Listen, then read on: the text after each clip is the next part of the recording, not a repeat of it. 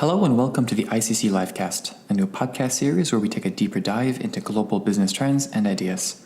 I'm your host, Thomas Paris, and today I'm joined by Majda Dabaghi, Senior Policy Executive for Energy and the Environment at the International Chamber of Commerce in Paris. Thank you for coming aboard, Majda. How are you today? Thank you, Thomas. I'm doing really well. Thanks so much for having me and for organizing this. We're really pleased to be a part of this inaugural ICC Academy Livecast. Fantastic. So just a few notes before we get started. If you're watching this live, make sure you're signed into your YouTube account so you can leave us comments in the chat throughout the conversation. And if you're watching this later as a video on our channel, I recommend that you register for free and early access to our live streams so that you too can be part of the discussion. For our first episode, we'll be taking a closer look at the upcoming United Nations Climate Change Conference, as well as the Conference of the Parties, or COP24. Majda and I will go over a few pages together, followed by a more formal Q&A at the end. So Majda, let's kick things off. How and why is the ICC involved in climate change and COP24? Yes, well, thank you so much. We're really pleased to be doing this, as I said, and this presentation is really intended as an introduction to COP and for those who are new or relatively new to the climate negotiations. And we have about 30 minutes together. So that's a pretty short amount of time to cover a lot of ground, but the aim is really to give you a high-level overview of COP and some of the key issues for business in the upcoming climate negotiations. So if anyone does have any questions after the webinar or during, please do share those with us, but I will be available afterwards as well, just to make sure that you have what you need ahead of the climate negotiations. So maybe just before we start, just a really quick introduction to ICC. So the International Chamber of Commerce is the world's largest business organization with a network of over 45 million members worldwide and with a footprint of over 1 billion employees. So in addition to being the largest business organization, ICC is also a permanent observer at the United Nations General Assembly, and it's the only private sector organization that has been admitted formally into the UN system. And with respect to the climate negotiations, ICC serves as the focal point for business during the climate negotiations. So the UNFCCC Focal Point for Business and Industry.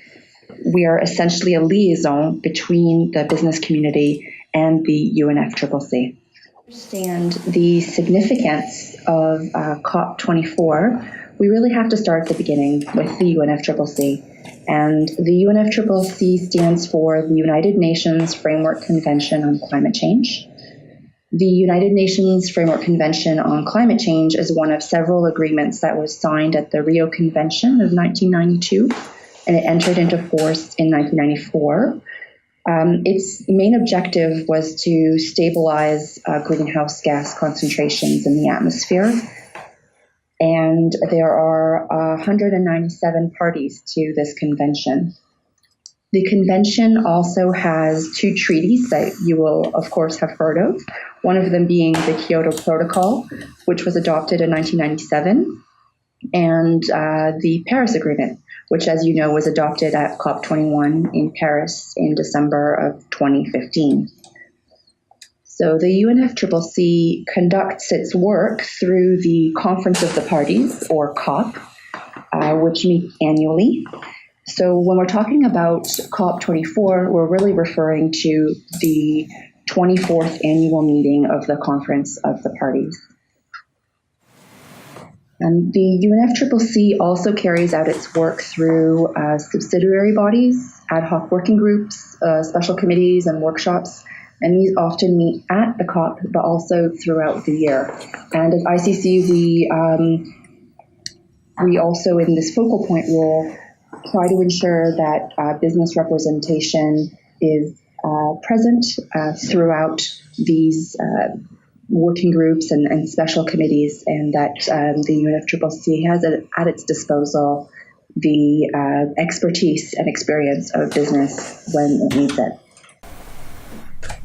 So there are two permanent subsidiary bodies, which are listed on the slides. That's the SBSTA and the SBI. And these are each responsible for specific work programs. There's also a number of ad hoc bodies, including the one that's responsible for overseeing the implementation of the Paris Agreement. This is the ad hoc working group on the Paris Agreement, or you'll often hear it referred to as the APA. So let us just take a quick moment to briefly touch on the Paris Agreement itself. The Paris Agreement entered into force just 1 year after it was adopted at COP21. It was really much earlier than expected, and all parties to the UNFCCC have now signed the Paris Agreement. Nearly all have ratified it. And as you know, one country has announced its intention to withdraw from the Paris Agreement, but not from the broader UNFCCC. So the main objective of the Paris Agreement is to limit the global average temperature rise to well below 2 degrees Celsius above pre-industrial levels, and pursue efforts to limit the global average temperature rise to 1.5 degrees above pre-industrial levels. So unlike the UNFCCC, the Paris Agreement sets a measurable target.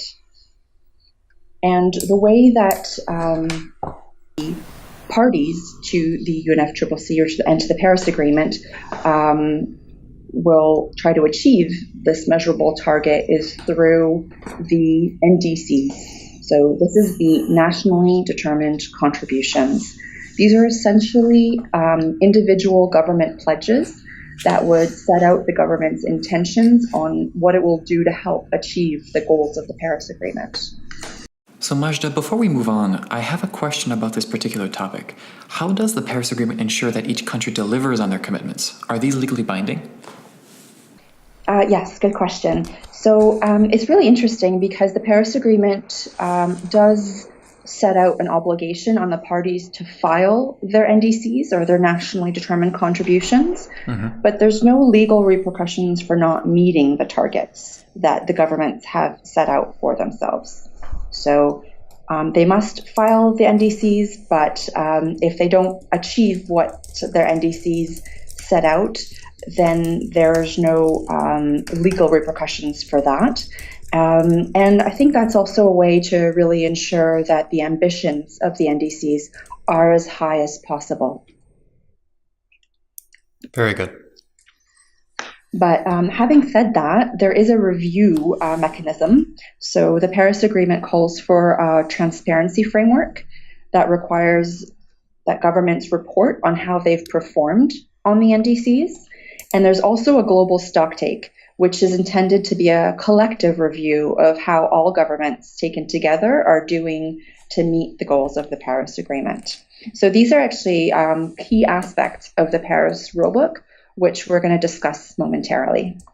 I also just on the Paris Agreement wanted to mention two underlying principles which I think are important to keep in mind. First, the principle of the common but differentiated responsibilities. So this essentially says that all countries have an obligation to contribute to combating climate change, but that early industrialized countries should bear the greater share of the burden, given their disproportionate contribution to climate change.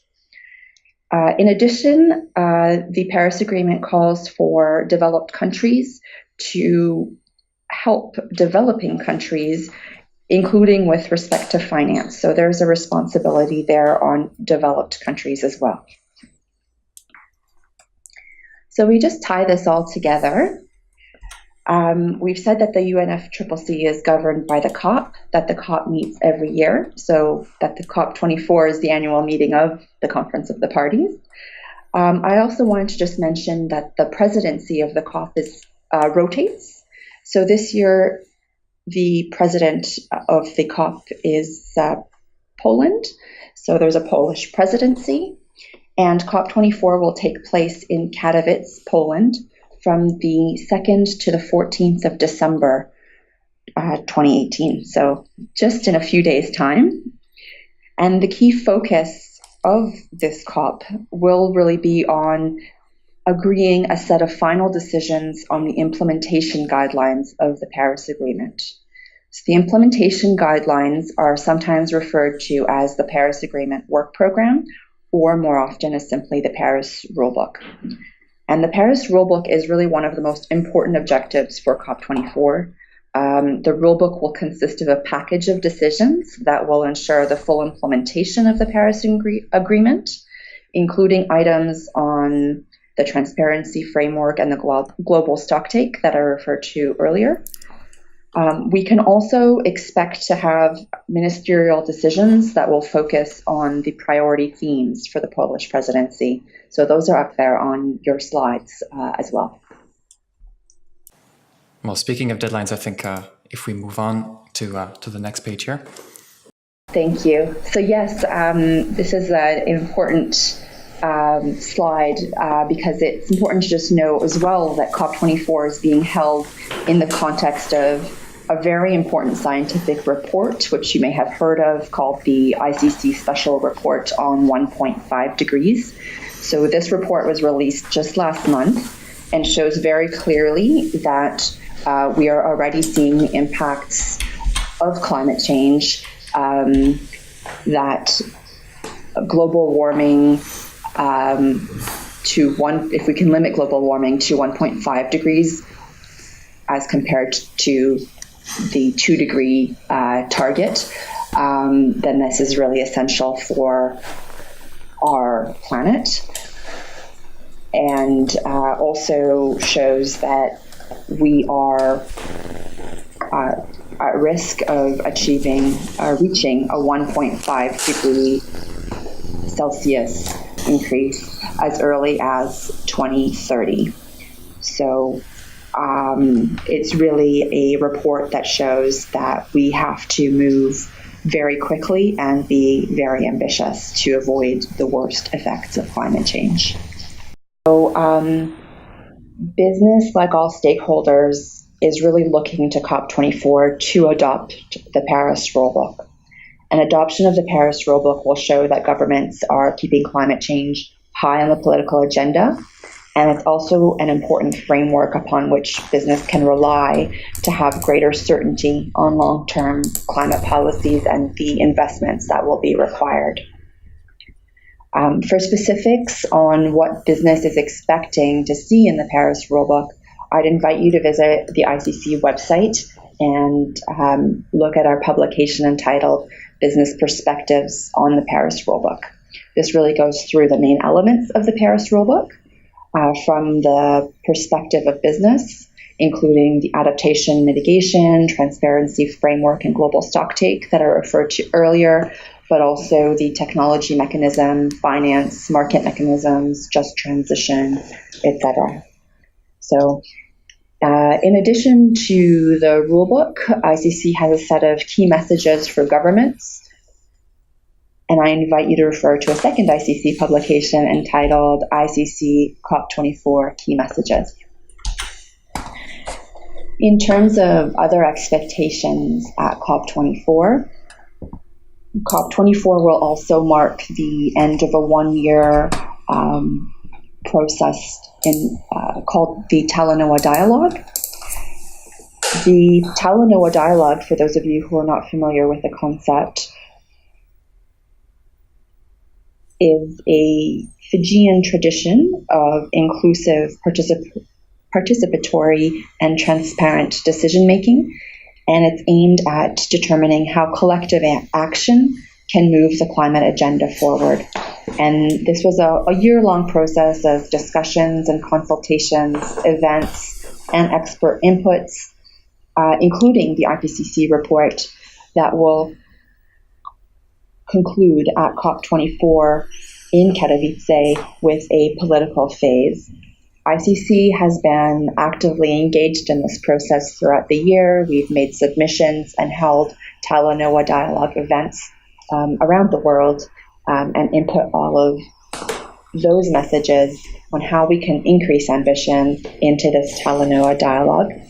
And we are going to be participating in the political phase as well. So very much looking forward to that. And just finally, the COP24 will have a lot of events centered around the Global Climate Action Agenda. And these are events that are really there to mobilize all stakeholders to increase ambition. So more information about these events are available on the UNFCCC website. You can also refer to the ICC website because we'll be participating in many of these events as well. So are these events open to any business? How exactly is this set up? Yes, good question. So anyone who has a pass to attend COP can attend the Global Climate Action events. You do have to have a badge to attend COP, and these badges are allocated through observer constituencies like ICC. So unfortunately, the process for nominating individuals to have badges has now closed, but it is good to keep in mind if you don't already have your badge for next year, then just do keep in touch with us at ICC and we can see what we can do about getting you a badge to COP. Perfect. And so I just mentioned briefly that ICC is one of the observer constituencies. And as I mentioned earlier, we are the focal point for the business and industry. So in total, there are 9 observer constituencies, one of whom is business. You have them there on the next slide. And I've just listed them there by alphabetical order. So business and industry NGOs is referred to as bingo. So you'll often hear us saying there's a bingo briefing or a bingo day or bingo intervention. So that just really refers to business and industry NGOs, which we act as the focal point for. We've been in this focal point role for over 20 years. And as the business and industry focal point, we're also responsible for ensuring that we coordinate bilateral meetings with delegations, that we coordinate interventions, the formal interventions that are made during the plenary sessions. We also, as ICC, host business briefings every morning of COP. So generally they're held from 9 till 10 in the morning. And this is a really good opportunity to discuss what happened in the negotiations the day before, what's coming up, and also gives you a chance to interact with other business members that may be following different items of the agenda.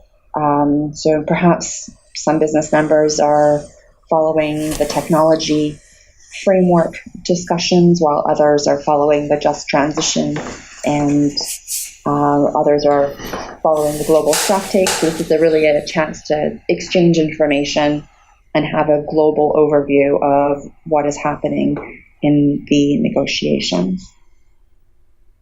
So the last point on this I would just mention is that the climate negotiations are a party-driven process, and it's important for attendees to COP to keep that in mind.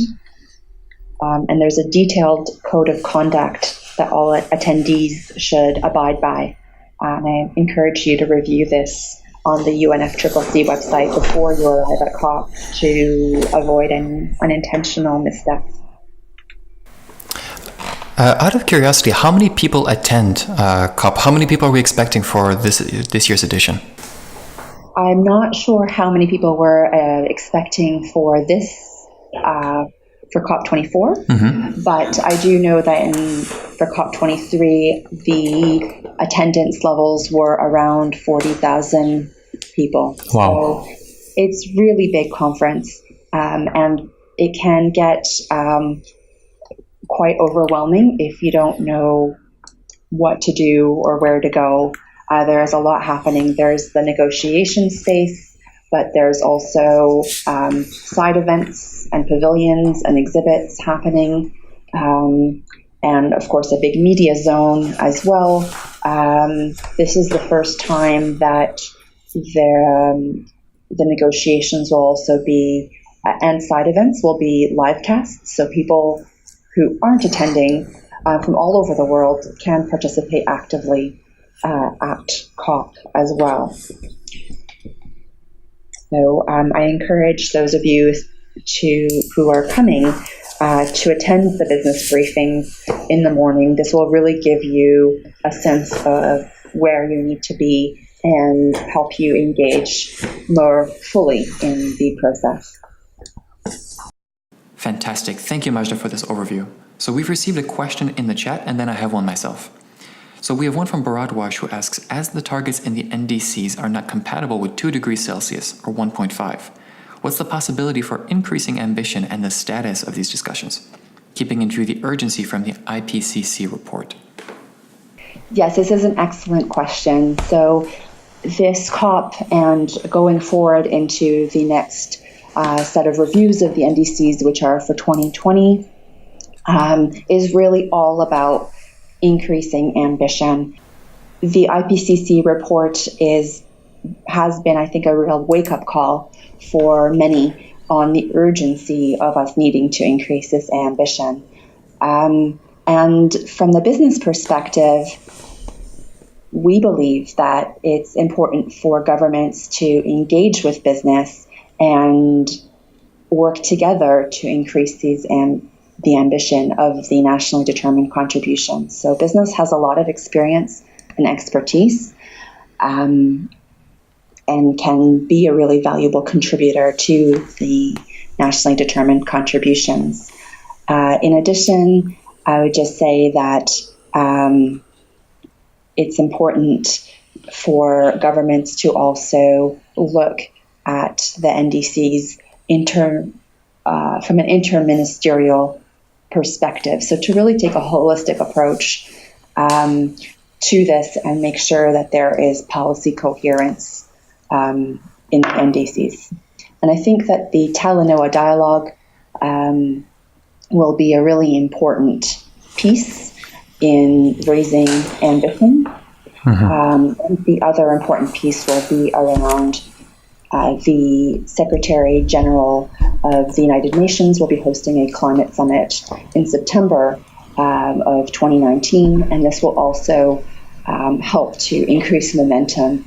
And I think the more that governments know from their constituencies, from all stakeholders, that it's important to raise ambition and that this is an important topic for business and for all stakeholders, the more that they will have the confidence that they can also be more ambitious in their NDCs. Makes sense. So before we wrap up, I would ask that anybody watching live leverage Majda's expertise and send your questions through the live chat now. And I see that our friend Dawn from the ICC headquarters chimed in to what we were just talking about a minute ago, saying that apparently we're looking at about 50,000 visitors at COP24 in 2018, which is quite an impressive number. So we have one final question on behalf of our American listeners asking, what impact, if any, is expected following the exit of the United States from the Paris Agreement? Yes, well, first of all, happy Thanksgiving to those American listeners, wherever you may be.